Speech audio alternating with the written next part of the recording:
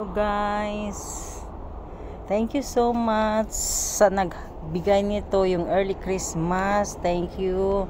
Thank you. This is a Dr. Kong. Alam nyo ba guys, na tinitingnan ko yan lagi ang Dr. Kong kasi maganda yung mga quality nila, branded yan at saka mahal. Ano yan dito sa Hong Kong. Ngayon, ayan siya guys. Oh, diba? Maganda siya guys. Ayan. Ayan siya guys. Oh, diba? Bago siya guys. Ayan. Thank you so much, Taray. God bless you always and more blessing to come. Salamat sa regalo mo sa akin. Ito guys, thank you so much. May magamit na ako sa graduation ng anak ko. Next year pa yun.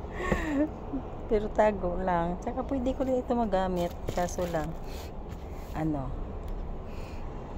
pangsimba o kung anumang mga okasyon. Basta, salamat talaga. Thank you so much.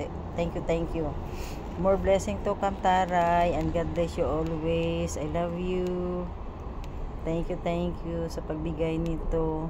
Hindi ko to ma-afford na bili. Ma-afford ko naman pero hindi ba yung yung pinaka mo ba needs mo talaga. Yung bang priority dun sa baga.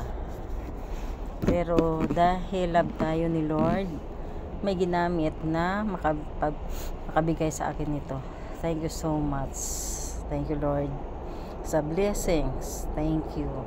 And Merry Christmas everyone. Thank you so much and advance Happy New Year.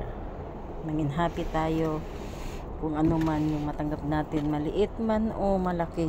Magpapasalamat tayo kay Lord every time. Thank you so much. I love you, Taray.